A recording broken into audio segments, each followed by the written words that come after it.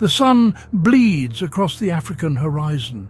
It paints the sky in shades of fire and rose. This is a land of ancient rhythms, a place where time is measured not by clocks, but by the turning of the seasons and the slow, deliberate pulse of life itself.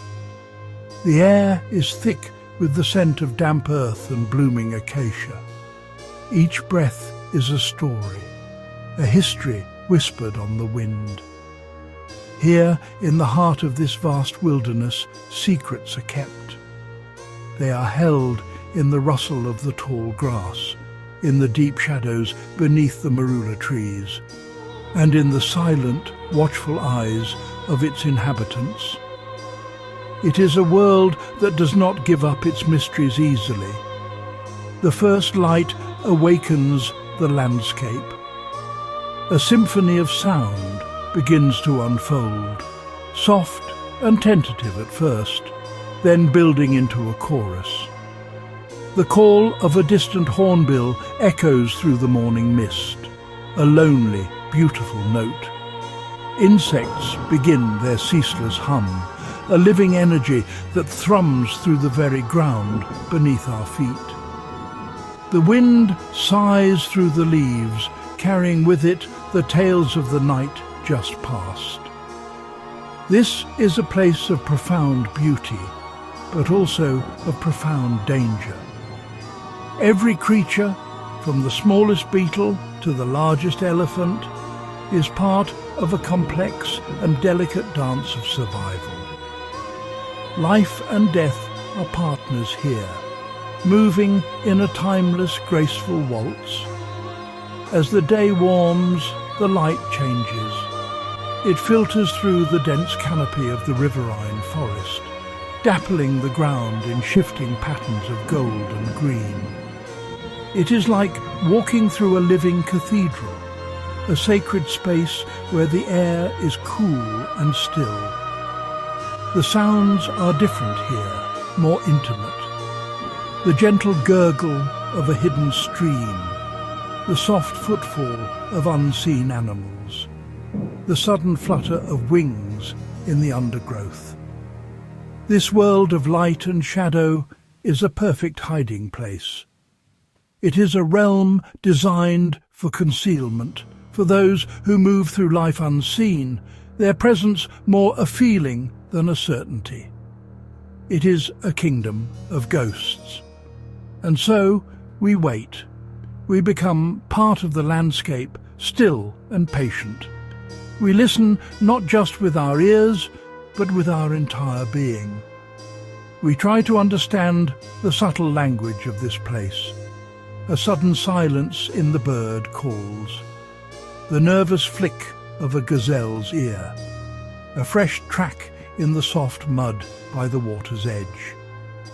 These are the clues, the breadcrumbs left by the master of this domain. They are hints of a presence so elusive, so perfectly in tune with its surroundings, that to see it is a rare and precious gift.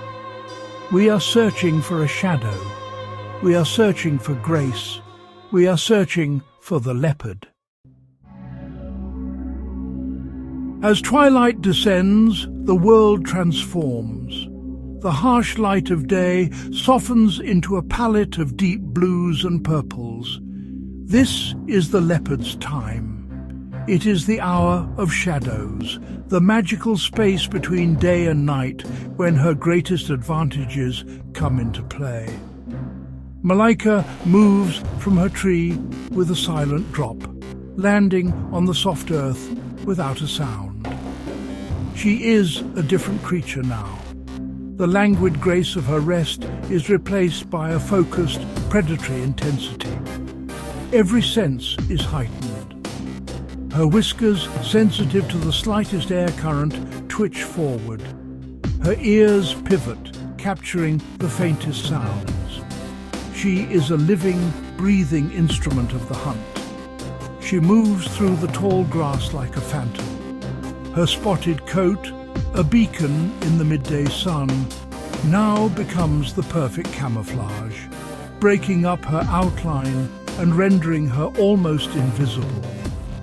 She places each paw with deliberate, painstaking care, avoiding dry leaves and twigs that might betray her presence with a snap. This is a deadly ballet, a slow, patient advance that can last for hours. She is the very definition of stealth. The herd of impala she is stalking continues to graze, completely unaware that death is moving silently towards them, a golden shadow flowing through the sea of grass. The tension is almost unbearable. Every muscle in her body is taut. She is a coiled spring, wound tighter with every step.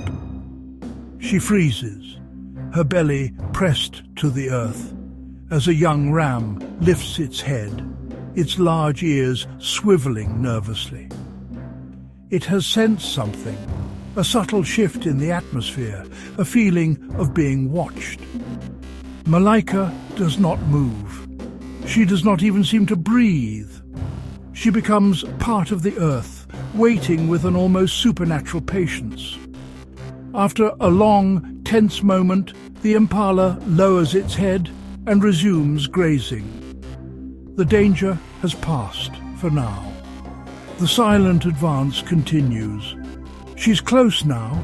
Perhaps 20 yards separate her from the unsuspecting herd. She has singled out her target, a young, inexperienced female on the edge of the group. Now, the final, critical stage of the stalk begins. She sinks even lower, crawling on her belly, using every dip and fold in the terrain for cover. Her eyes are locked on her prey, her focus absolute. The air is still. The world seems to have fallen silent, holding its breath for the explosion of action that is to come. This is the precipice, the knife's edge between success and failure, between a full belly and another night of hunger. The hunt was successful. High in the boughs of a leadwood tree, the impala carcass is safely wedged in a fork, far from the reach of opportunistic hyenas and lions. This is the leopard's larder, a hard-won meal that will sustain her for several days. Now, for the first time in hours, Malaika can relax. She lies on a lower branch, panting lightly, her sides heaving from the exertion. The chase was a blur of explosive power, a testament to her strength and speed. But it is this quiet moment afterwards, the securing of the prize, that truly showcases her intelligence and foresight. But she is not alone. From a hidden crevice in the rocks below, two pairs of tiny, curious eyes peek out. A soft, chuffing sound, like a gentle cough, emanates from the tree. It is a signal. In an instant, two small, fluffy bundles of spots tumble out of their hiding place.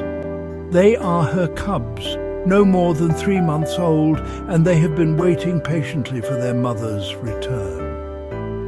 They bound towards the base of the tree, their movements clumsy and full of youthful energy, their tiny high-pitched calls filled with excitement. Malaika watches them, her golden eyes softening with a look of pure, maternal affection. Raising cubs alone in this unforgiving wilderness is the greatest challenge of a leopardess's life. The dangers are constant and varied. Lions, hyenas, rival leopards, and even large eagles see these small cubs as an easy meal. Malaika must be ever vigilant, a fierce protector as well as a provider. She has chosen this den site carefully, a fortress of granite boulders that is difficult to access. She must constantly move them every few weeks to throw predators off their scent. Her life is a delicate balancing act between the need to hunt and the need to protect her precious offspring. She descends from the tree and greets her cubs with soft licks and gentle nudges. For a few moments, the formidable hunter is gone, replaced by a tender, doting mother. The cubs climb all over her, biting playfully at her ears and tail, practicing the skills they will one day need to survive.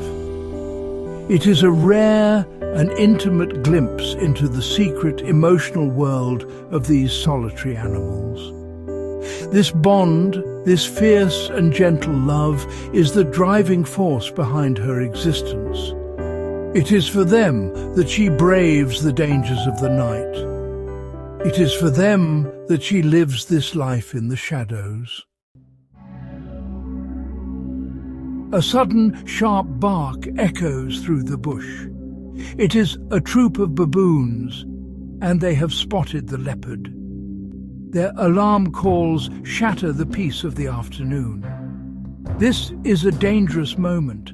A large male baboon with canine teeth as long as a leopard's can be a formidable foe, especially for a mother with cubs to protect. Malaika is instantly on high alert. She pushes her cubs back towards the safety of their rocky den with her head, her body a tense shield between them and the approaching danger. Her soft, maternal expression is gone, replaced by a low growl and a fearsome snarl. The dominant male baboon struts forward, bold and aggressive. He leaps onto a rock, barking and displaying his teeth, trying to intimidate her. Other members of the troop join in, creating a cacophony of sound. It is a war of nerves. Malaika holds her ground, a low, rumbling growl building in her chest. She knows that to run would be to invite a chase, to show weakness. She must stand and fight, or at least present a front so formidable that the baboons will think twice. Her cubs are silent now, huddled in the darkness of their den, sensing their mother's fear and fury. This is the daily reality for a leopardess. Her beauty and grace are matched only by her resilience and ferocity when it is required. She is both hunter and hunted, predator and prey, a solitary queen constantly defending her fragile kingdom. The standoff continues, a tense tableau of ancient animosity. Malaika takes a single, deliberate step forward, lowering her head and flattening her ears. It is a clear and unambiguous threat. The male baboon hesitates. He has made his point, alerted the entire bush to her presence, but he is not willing to risk serious injury in a direct confrontation. Slowly, reluctantly, the baboon troop begins to move away, their barks and calls fading into the distance. Malaika watches them go, her body still coiled with tension. Only when they are truly gone does she relax. She turns and calls to her cubs with a soft chuff. They emerge cautiously, blinking in the light, and press themselves against her for reassurance. She licks their heads, calming them and herself. The danger has passed, but it is a stark reminder of the thin line they walk. This tender fierceness is the essence of her motherhood, the very heart of her struggle to ensure her legacy lives on. The seasons turn, the rains come, transforming the dry, dusty plains into a vibrant tapestry of green. The cubs are bigger now, their spots more defined, their movements losing their clumsy edge and gaining a lethal grace. They follow Malaika on her nightly patrols, learning the secret pathways and silent language of their domain. They watch her hunt, their young minds absorbing every detail of the stalk, the chase, and the kill. These are the final lessons, the last pieces of knowledge their mother can impart before they must face the world on their own. There is a new distance between them. The playful wrestling has been replaced by more serious sparring. The young male, bolder and more independent, has begun to test his mother's patience. The time for them to leave is fast approaching. Soon, Malaika will have to drive them away, forcing them to find their own territories and forge their own destinies. It is a necessary cruelty, a final act of maternal love that ensures the survival of the species, preventing competition for the same limited resources. It is the leopard's way, a lonely path that each must walk. One evening, as the moon rises full and white over the savannah, the young male is gone. He has slipped away into the night, a new ghost in the landscape, to begin his own solitary journey. His sister will follow soon after. Malaika calls for them, a series of rasping saws that echo through the darkness, but there is no reply. She is alone once more, the queen of an empty kingdom. For a few days she will be restless, patrolling the borders of her territory, searching for a scent that is no longer there. But the ancient rhythm of her life will soon reassert itself. The need to hunt, to survive, will take over. And so the cycle continues. In the vast, timeless expanse of the African wilderness, these secret lives play out, largely unseen and unheard by the human world. The leopard remains an enigma, a symbol of wildness, beauty, and the fierce, quiet struggle for survival. To catch a glimpse of one is to feel the pulse of something ancient and profound. It is to understand that some things are most beautiful when they remain just beyond our reach, a whispered secret on the wind, an echo in the dust. Their future, like their life, is lived in the balance, a shadowed grace we must strive to protect.